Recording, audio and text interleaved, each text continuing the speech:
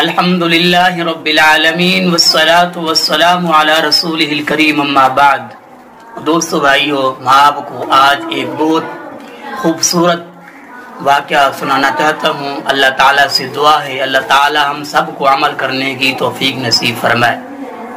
یوسف بن حسین بیان کرتا ہے کہ میں ذی-نون مصری کے پاس ایک تالاب کے کنارے کھڑا تھا تو ہم نے ایک بہت بڑا بچھو دیکھا، اور کہتے ہیں کہ اچانک تالاب کے کنارے سے ایک مینڈک نکلا اور اس مینڈک پر بچھو جو ہے وہ سوار ہو گیا،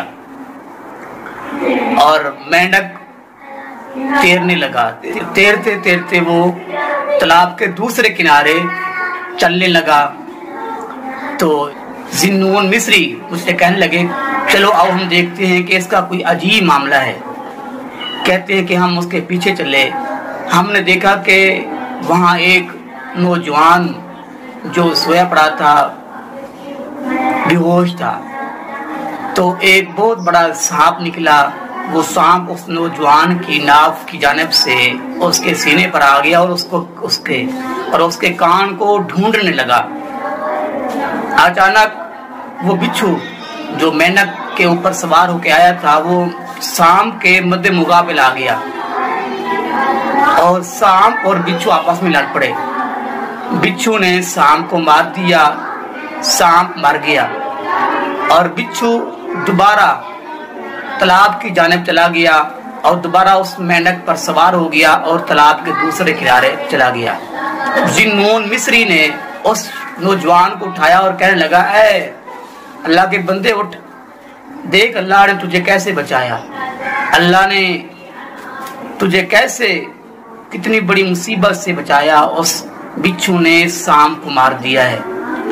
وہ شخص اٹھا تو ذی-نون مصری نے یہ الفاظ کہے کہ اے غافل شخص کے رب جلیل اس کی حفاظت کرتا ہے، ہر بری چیز سے جو اندھیروں میں رینگتی ہے، اس بادشاہ سے آنکھیں کیسے سو سکتی ہیں کہ اس کی جانب سے نعمتوں کے فوائد آتے رہتے ہیں۔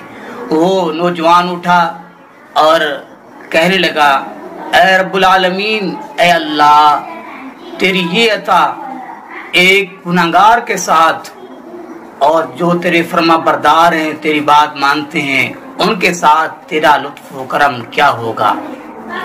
اور پھر وہ جانے لگا تو ذی-نون مصری نے کہا کہ کہاں جاتے ہو؟ اس نے کہا اللہ کی طرف جا رہا ہوں۔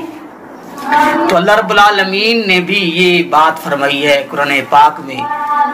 اللہ پاک فرماتے ہیں قُلْ يَا عِبَادِيَ الَّذِينَ أَسْرَفُوا عَلَىٰ أَنفُسِهِمْ لَا تَقْنَطُوا مِن رَحْمَةِ اللَّهِ إِنَّ اللَّهَ يَغْفِرُ الذُّنُوبَ جَمِيعًا إِنَّهُ هُوَ الْغَفُورُ الرَّحِيمُ۔ فرمایا میرے محبوب ان میرے بندوں کو کہہ دو جنہوں نے اپنی جانوں پر ظلم کیے ہیں، گناہ کیے ہیں، ان کو کہہ دو کہ میری رحمت سے مایوس نہ ہو، میری رحمت سے مایوس نہیں ہونا اور سچی توبہ کریں، میری رحمت بہت وسیع ہے، بے شک اللہ غفور رحیم ہے، معاف کرنے والا ہے، توبہ قبول کرنے والا ہے۔ اللہ تو بہانہ ڈھونڈتے ہیں کہ بندہ اللہ کا بندہ کہ اللہ کے سامنے آ کے معافی مانگے اور اللہ اس کو معاف کر دے۔ شوکتوں سے الگ